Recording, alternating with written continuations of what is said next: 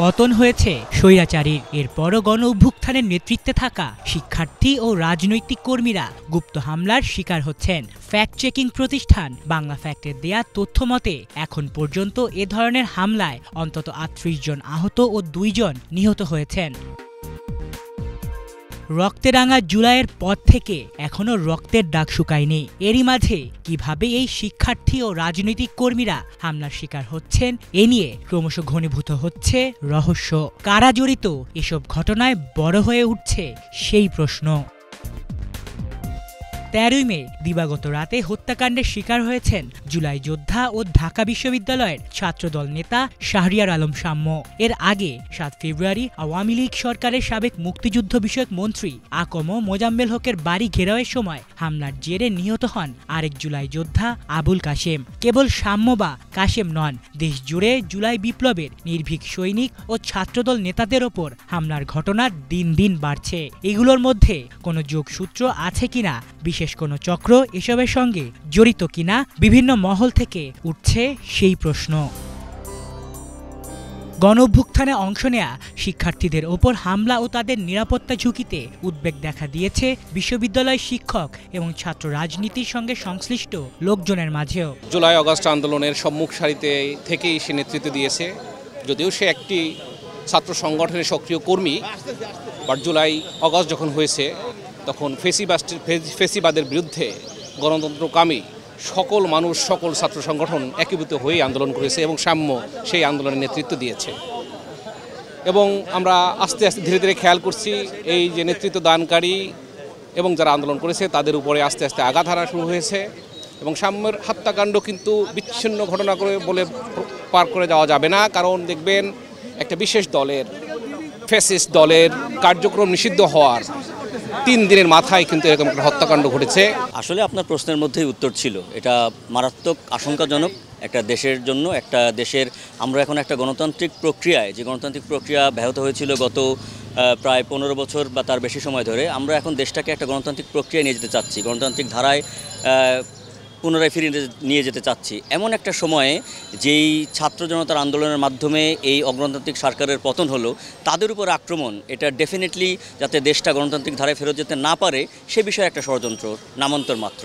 So একজন সচেতন নাগরিক হিসাবে, একজন শিক্ষক হিসাবে, ঢাকা বিশ্ববিদ্যালয়ের একজন শিক্ষক এবং ছাত্র হিসাবে আমি কখনোই এই ব্যাপারটাকে মেনে নিতে পারি না। বিগত ফ্যাসিস্ট আমলেও আমরা দেখেছি যে যারা সত্যের পক্ষে ছিল, যারা ন্যায়ের পক্ষে ছিল এবং যারা মানুষের জন্য কথা বলতো, যারা মানুষের জন্য রাজপথে আন্দোলন সংগ্রাম করত, তাদের উপর হামলা হয়েছে।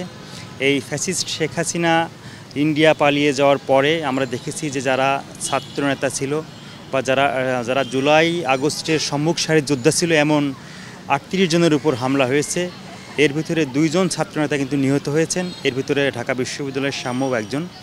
আমরা মনে করছি যে শেখ হাসিনা পালিয়ে গেলেও শেখ হাসিনার যারা দোসর ছিল, যারা আইন শৃঙ্খলা পরিস্থিতিতে বাহিনী থেকে শুরু করে বিভিন্ন মন্ত্রণালয়ে যারা স্বৈরাচারীর দোসর ছিল, যারা ফ্যাসিস্টের দোসর ছিল, এরা কিন্তু এখনও বাংলাদেশে আছে এবং ঘাপটি মেরে আছে। এরা উৎপেতে আছে। শেখ হাসিনা বাইরে থেকে বার্তা দিচ্ছে, এরা সেই বার্তা কিন্তু পালন করার জন্য বা সেই নির্দেশনা পালন করার জন্য কিন্তু কাজ করছে। আমরা মনে করি এই যে ঘাপটি মেরে যে পেতাত্তারা আছে, বাংলাদেশেও কিন্তু এই ঢাকা বিশ্ববিদ্যালয় ক্যাম্পাসে কিন্তু অনেক ছাত্রলীগের নেতা কিন্তু ঢাকা বিশ্ববিদ্যালয় হলগুলোতে অবস্থান করতেছে।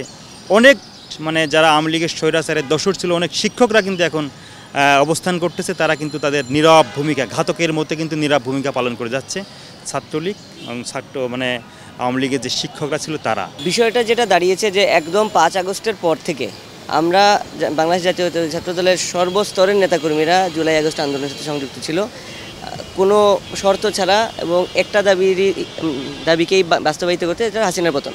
কিন্তু হাসিনার পতনের পরেই আমরা যেটা দেখলাম, এটা খুবই দুঃখজনক বিষয়। একদম আগস্টের ৬ তারিখ সকাল থেকে শুরু করে এইটা শুরু করা হয়েছে যে ছাত্রলীগ আর ছাত্রদল মুদ্রার এপিটোপিট।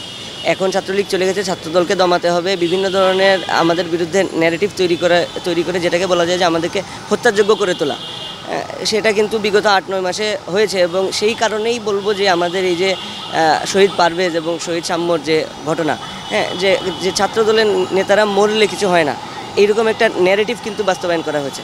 তো আমি বলবো যে বাংলাদেশের গণতন্ত্রের জন্য এবং সাংগঠনিক রাজনীতির জন্য এটা কিন্তু একটা হুমকি স্বরূপ। কারণ বাংলাদেশ জাতীয়তাবাদী ছাত্রদল এমন একটি সংগঠন যেটা থেকে বাংলাদেশের জাতীয় রাজনীতির যেমন পুরোধা ব্যক্তিত্বরা বেরিয়েছেন, তেমনি ছাত্র এবং শিক্ষার্থীদেরকে সব সময় নেতৃত্বের পজিশনে ছিল এই বাংলাদেশ জাতীয়তাবাদী ছাত্রদল, এবং কখনোই শিক্ষার্থীদের সেন্টিমেন্টের বিরুদ্ধে যে কোনো কিছু কিন্তু বাংলাদেশ জাতীয়তাবাদী ছাত্রদল করেনি। তো সেই অবস্থান থেকে এখন যখন অহরহ বাংলাদেশ জাতীয়তাবাদী ছাত্রদলের নেতাকর্মীদের উপরে হামলা হচ্ছে, এবং বিশেষ করে যারা জুলাই আগস্টে সম্মুখ সারির যোদ্ধা ছিল তাদেরকে আমি বলবো যে অনেকটা টার্গেট করেই হামলা হচ্ছে, তো সেই যে বিষয়টা আসলে আমাদের জন্য খুবই উদ্বেগজনক। বাংলা ফ্যাক্টের দেয়া তথ্য মতে জুলাই বিপ্লবীদের ওপর 38টি হামলার মধ্যে অন্তত 28টিতেই পাওয়া গেছে রাজনৈতিক সংশ্লিষ্টতা। ধারণা করা হচ্ছে এসব হামলার সঙ্গে জড়িত পতিত সরকারের নেতাকর্মীরা। আলিফ চৌধুরী, বাংলা ভিশন, ঢাকা।